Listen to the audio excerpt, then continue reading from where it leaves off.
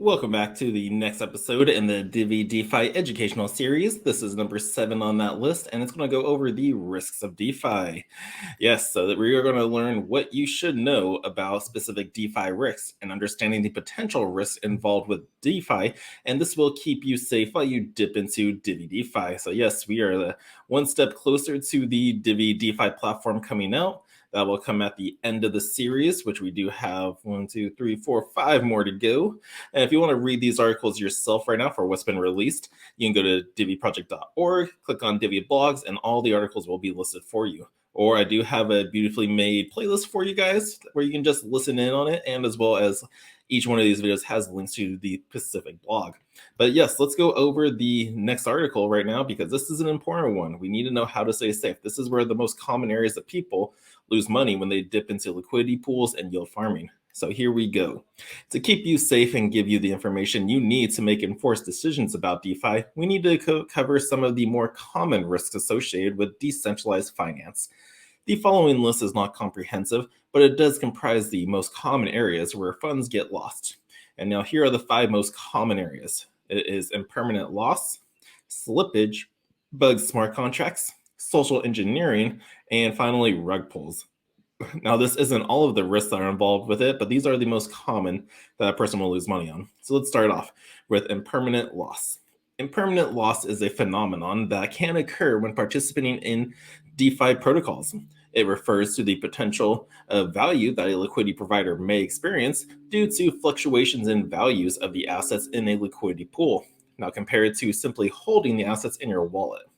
Now, the potential of impermanent loss happens when the value of one asset in the liquidity pool increases or decreases, resulting in mismatches between the values of the assets that the liquidity provider deposited, as well as the value of their share in this pool.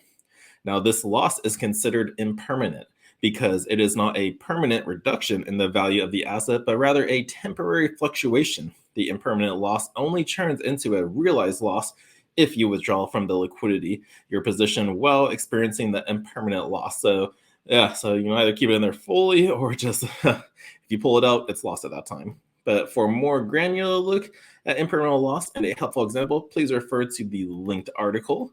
So yeah, when you want, if you want to see that linked article on how it really plays out, that's where you would click it at.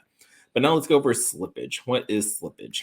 Slippage refers to the difference between the expected price of a trade and the actual price at which the trade is executed. This can occur when there is a large discrepancy between the supply and the demand for a particular asset, causing the price to move unexpectedly.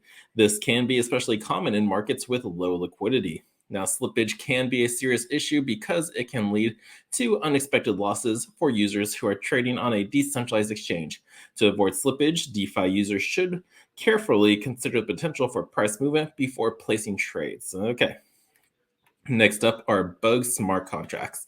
A bug smart contract is a term used to describe a smart contract with a programming error or flaw that causes it to malfunction. This can be a serious issue in the world of decentralized finance because smart contracts are often used to manage financial transactions and funds. If a bad actor can identify a bug in a smart contract, they can use it to their advantage, potentially leading to the loss of funds for users who are relying on that contract. So this is a serious risk that Divi has considered extensively because user safety and security is paramount when using Divi DeFi applications, otherwise known as DApps. The team has thoroughly tested and audited these smart contracts before deploying them to the blockchain. So yeah, they have been really working so hard for the past 6 months, as I heard in a previous article from Nick. And yeah, so like we're finally here, it's getting closer. And yeah, security and safety is everything. So they're just making sure there is no bugs because this is a common issue in the DeFi space. Because if someone can access it, that is bad for everybody. And now let's move on to social engineering. Social engineering is an attack. Well, it's a type of cyber attack that relies on manipulating people to gain access to sensitive information or systems. This can be done through various means, such as phishing emails, phone calls, or in-person interactions. Social engineering attacks can trick people into giving up their private keys or persuading them to send money to fraudulent addresses. Now, these attacks can be particularly effective in the DeFi space because many people are unfamiliar with the technology and may be may be susceptible to such tactics. It is vital for individuals to be aware of these types of attacks and to take steps to protect themselves. Remember, the Divi team will never ask for information. Do not share your private keys with anyone for any reason. So again, it's traditional tactics to get in it. Like if you have a liquidity pool going in the DeFi space, someone notices your wallet, they will try to email you if there's anything linked to you at all to it. So yes, never share your seed phrase or private keys with anyone. That's always rule number uno, not just in DeFi, but in self-custody too. So yes, be aware from that. People will always try to fish. And finally, the most common risk in DeFi is rug pulls. Now, rug pull is a term used in the world of decentralized finance to describe a situation where a project creator or team suddenly withdraws their support for a project effectively, pulling the rug out from under its users. This can happen for various reasons, such as the team members deciding to cash out and move on to a different project, or because the project was a scam from the beginning. Now, a rug pull can be a serious issue for DeFi users as it can lead to the loss of funds that were invested in the project. Now, to avoid falling victim to a rug pull, it is important for DeFi users to research the project that they are considering investing in thoroughly. So just don't take the word from some celebrity saying, oh yeah, get into this, you should do this, you will do great, it is secure, it is safe. No, thoroughly do your research. Look into the project. Who is the owner or who is the creator? What knowledge and background do they have in security? How long have they been around? What blockchain are they using for this? It's like you really got to deep dive into as much information as you can, because if you just get in on a whim, you're taking a big risk to a rug pull if you have no knowledge of it. So yeah, be aware, people, of that. So in conclusion, the risks associated with DeFi are highly varied, and it's essential to be aware of them before you decide to invest in a particular DeFi project, whether it's a bug in a smart contract or a spectacular executed social engineering scam.